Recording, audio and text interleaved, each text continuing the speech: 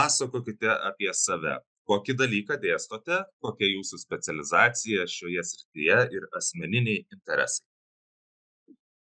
Labą dieną, esu profesorė Dalia Sekmokienė.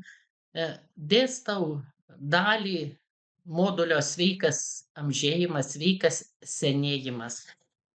Ir pati esu senjorė, o ilgus gyvenimo metus buvau tiek vyresnioji mokslo darbuotoja Maisto institute ir paskiau ilgametė dėstytoja, profesorė Lietuvos sveikatos mokslų institute. Ir domėjausi ir ten dėsčiau maisto pasirinkimas ir analizė, funkcionalusis maistas, kaip ir sveika mityba, o vėliau išmokusi, būdama maždaug 40 metų SQL Aging mokykloje kinų mediciną, dėsčiau kinų mediciną medikams, kineziterapeutams ir netgi dalį ajurvedos.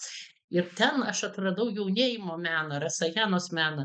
Ir kadangi ir dabar labai daug intensyviai gyvenu ir dėstau, tai tas mane nepaprastai sudomino, kaip išlaikyti tas visas ir mentalines funkcijas, kaip galima keliauti, kaip išsilaikyti jaunam. Ir mano pagrindinis ką daryti, toks fokusas tai yra žinios iš rytų medicinos. Ir kadangi rytų medicina labai dabar pagrįsta mokslu, tai aš tiek studentam pritaikydavau, nes mokslo parinkimas ir analizė, tai jie pasirinkę mokslines žinias, kaip produktus derinti arba mokydamiesi netradicinės mitybos teorijų, atskleisdavo, kokios ligos yra. Ir jie pamačiau, kad be galo daug, neturėdami rytų medicinos gilių žinių, gali pasisemti viso to, kad ir nedaug domėdamiesi, paprasčiausia domėdamiesi žolelėm, domėdamiesi visais kitais dalykais. Ir dar jaunystėje, jeigu žmogus įgyja tų žinių, kaip sveikai iš pradžių gyventi, tai padeda pamatus, negalvodami apie senatvę. Vėliau, kai ateina senjoro amžius, tada pradedi galvoti apie atskiras sistemas, kurias gali sustiprinti, arba išsaugoti jų jaunystę. Ir tai be galo įdomu ir taip man išsivystė ta sritis, kad mes kartu, netgi grupė yra žmonių, kad kartu kalbėdavomės tą temą, kartu laikydamas bendrų mitybos principų, kartu medituodavom, kartu ėjom į jogą, turėjom nuostabią jogos mokytoją. Ir tai padeda išlaikyti tą gyvybingumą, aš vadinčiau gyvybingumą bet kuriam amžiui, ir tą motyvaciją, tą jaunatviškumą. Tai tikrai nuostabu. Sakykit, o jūs pačią, kas paskatino pradėti domėtis būtent šiuo dalyku ir pasidalinkite, kaip holistinis požiūris atsiskleidžia jūsų dėstomame dalyke. Kadangi domėjausi rytų medicinos sistemomis, tai atradau, ypač po 40 metų, į mane kreipdavosi ir vyresni kolegos, kad prasideda lėtinės ligos. Ir ajurvedo ir kinų medicinoje yra specialios terapijos. Kinų medicinoje tai galbūt labiau tos ligos, kurios susijusios su mūsų nervų sistema, jautrumu. Nes tik ramybėje, kinai sako, jeigu šiandien tvarkoje, o šiandien tai yra ramybės būvis, kurioje ligų nėra, kai nėra tokių didelių aistrų, didelių nervinių sukrėtimų, sugebam tą giluminiai normaliai pergyventi. Ir aš labai pradėjau domėtis, kodėl kinai taip daug skiria tom terapijom ramybės, lėtinių ligų nebuvimui. O vėliau pasirodo, kad šitos visos terapijos neleidžia sent. Ajurveda net išskiria specialią rasajanos terapiją, kas labai jau užsišlakavę ir turi ten akmenų, cistų, miomų, daromas specialus valymas, po to speciali mityba ir specialios žolės. Tas pats ir kinų medicinoj yra taškai, netgi taškai vyresniem žmonėm, yra ilgaamžiškumo taškas, yra, kad taip ir vadinasi taškas, kad net senatvėje išlaikytų išdidumą, savigarbą, išdidžią dangišką figūrą, taip vadinasi tas taškas, kaip išlaikyt. Tai čia pagal senovės kinų filosofiją, bet kaip aiškinama jo prasmė. Ir labai įdomu, kad va daug taškų yra kakle ir aš visada galvodavau, kodėl. Ir atradau vieno mąstytojo mintis, kad tie taškai yra tarsi langas, va, prieš akis yra mano langas. Ir kai tuos langus aš pravalau, aš matau, kaip aš turiu elgtis, ypač vyresniam amžiui, kad mano gyvenimas būtų darnus, kad aš būčiau motyvuota. Vyresniam amžiui turi daug žinių, kad aš neščiau tas žinias, kad aš neščiau dvasingumą, harmoniją ir kartu neapleisčiau savęs, savo kūno, švaros, mankštos, mitybą. Ir netgi mes savo pavyzdžiu, rytų medicina sako, kad mes negalime gydyti kitų, jeigu savo pavyzdžiu to viso to nerodom aplinkiniam. Ir apie 40 metų man atsirado tiesiog savitikslis noras, ne tai, kad aš galvojau, kad būsiu pavyzdys, taip sveikai gyvent pagal rytų medicinos, holistinės medicinos principus. Tai yra visumos principus ir gamtai, nekenkt kuo mažiau ir save gydyti. Ir tas domėjimasis vedė prie to, kad aplinkui tave irgi susiburia, tu ir kviečiamas į tokius žmonių būrelius, ratelius, kurie domisi tuo pačiu ir mes pamatom, kiek daug galima pasiekti, kad kartu būnant 60 metų ir vyresniem, pilnavertiškiau dirbt be jokių vadinamų sirgimų, neimant biuletenių ir būnant tiesiog gal paklausiais toj darbo rinkoje, nes tikrai labai daug ir mano kolegas, kurie laikosi to sveiko gyvenimo būdo ir yra labai motyvuoti jo laikytis.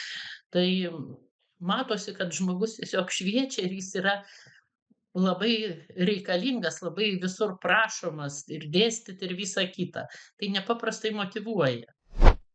Kaip minėjau, pamatus tam trečdaliui gyvenimo, nes dar mes trečdalį gyvenimo daugumas turime išėję į pensiją. Na, nebūtinai visi išėję, bet po 65 metų dar mes norim ir keliauti ir daug ką daryti.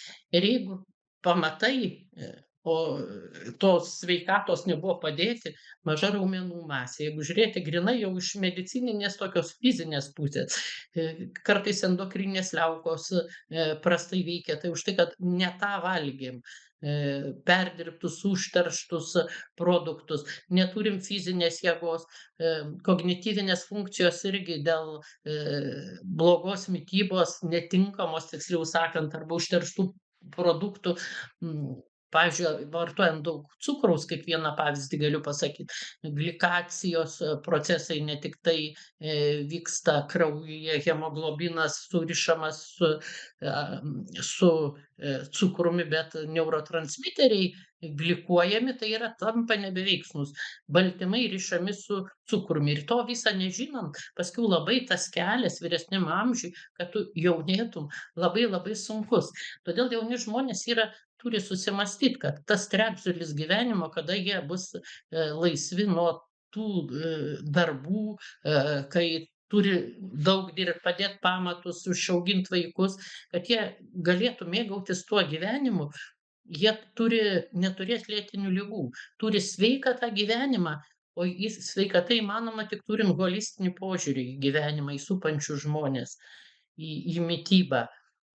O paskiau, kai ateina vyresnis amžius, tai irgi reikia puikiai suprast, kadangi aš esu moteris, aš labai daug domėjusi, kinų medicina atskirai yra ir netgi moterim kai kurie taškai, domėjausi labai adaptogenais ir kitais augalais. Pavyzdžiui, pas mus šalavijas, linų sėmenys turi daug fitoestrogenų, gali vartoti ir vyrai, paprasčiausiai jie neįsisavins iš fitoestrogenų, jiem negamins estrogenų, o moterim tas laikotarpis, perėjimas į senjoro amžių praeis be jokių pasekmių, be negatyvių visų dalykų, jeigu mes vartosime fitoestrogenus ir tada ir nesustorėsime, nes trūkstant estrogenų kartais gamina riebalinis audinys ir labai sunku numesti tą svorį. Ir turint tokias žinias, integruojant rytų medicinos, tai yra rasajanos visus augalus, ten daugiausiai yra adaptogenai ir jie labai gerina kognityvines funkcijas. Apskritai smegenų veikla, smegenų žievės veikla, aišku, susijusi su visa mūsų kita sistema. Aš dar galiu pasakyt, kad JAV išsivystė biologinio įsilaužimo metodai, biohaikingas. Man tai negražiai taip skamba, bet jie tikrai yra mokslinių straipsnių ir daug labai ką parengė ir jie daug ką perėmė iš rytų. Žolės, nuotropus, per labai turtingus žmonės visą tai ėjo. Paskiau įrodė, kad meditacija, kvėpavimo pratimai labai gerai su lėtiniu stresu kovojant, o lėtinis stresas neleidžia veikt parasimpatinei nervų sistemai, nenuteka tulžis, neužsidaro vožtuvai, neveikia nervas klajoklis, vagus nervas ir tada mes tokie subliūkštam, atrodo, kad kūne pilna lėtinių ligų. Ir tai reikalinga ir jaunam, o ypač vyresniam amžiui, nes vyresniam amžiui tiesiog reikia dėti truputį daugiau pastangų ir viskas bus labai gerai. Ir šiek tiek lėtinti gyvenimo tempą ir žinoti pagrindinius principus ir vakarus derinti su rytais. Tai integracija tikrai vyksta. JAV labai plačiai vyksta, nors į kūną viskas orientuota. Būtent tie biohaikingo principai, kad kūnas būtų stiprus, stiprus, stiprus. O aš visada dar mokau dvasingumo, nes be dvasinio gyvenimo idėjos vyresnis žmogus nebus sveikas, neharmonizuos pasaulio, nes rytų išmintis sako, kūnui silpstant, nu čia jau turime omeny labai vyresnis amžius, 80-90 metų, dvasia turi stiprėti, tada mes galėsim atlikti patį žmogiškiausią darbą palaiminti kitą. Tai yra ir mūsų tradicijos katalikų. O šiaip aš manau, kad būtinai žmogus, nenorėdamas būti našta visuomeniai, turi rūpintis savimi, ne vien, kad jis būtų sveikas, bet kad jis galėtų duoti, pakeisti vektorių, mažiau galvoti apie save, ypač šiais sudėtingais laikais. Va, aš mokau, kad reikia atsigręžti į tą dvasingumą, gerint kognityvines funkcijas, būti motyvuotam, mokinti savo pavyzdžių, savo gyvenimo būdų, mokinti kitus. Ir vyresniems žmonėms neleisti sugniužti, nusiminti, integruoti juos, kad jie būtų bendruomenės dalis, sveiko gyvenimo būdo dalis, pavyzdys visiems.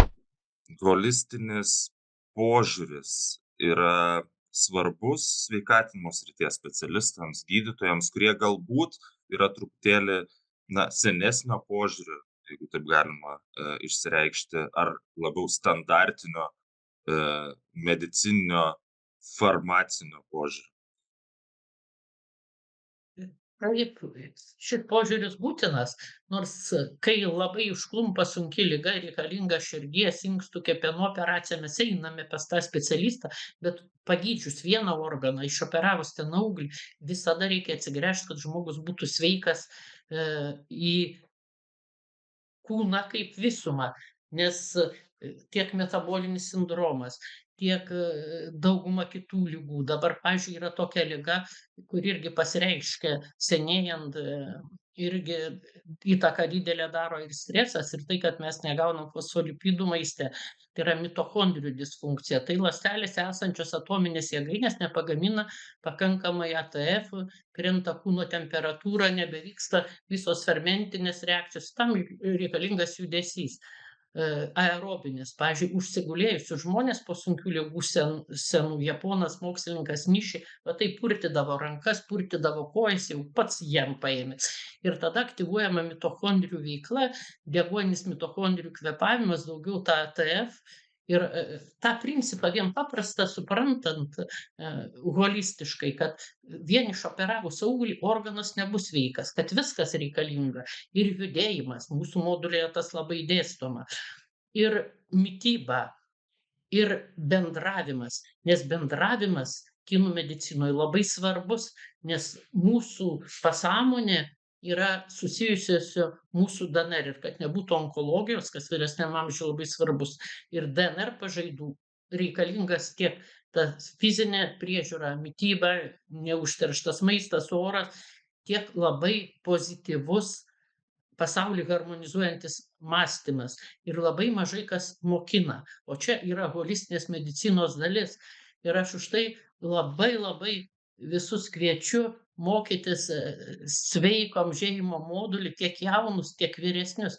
Nes gyvenimas eina. Mes jauni nenorime turėti lėtinių ligų, gulėti, norime eiti, eiti, eiti ir daryti gerus darbus, dirbti, užauginti savo šeimą. O kai ateina tas laikotarpis, kai galime išeiti į poilsį, norim susirast hobį.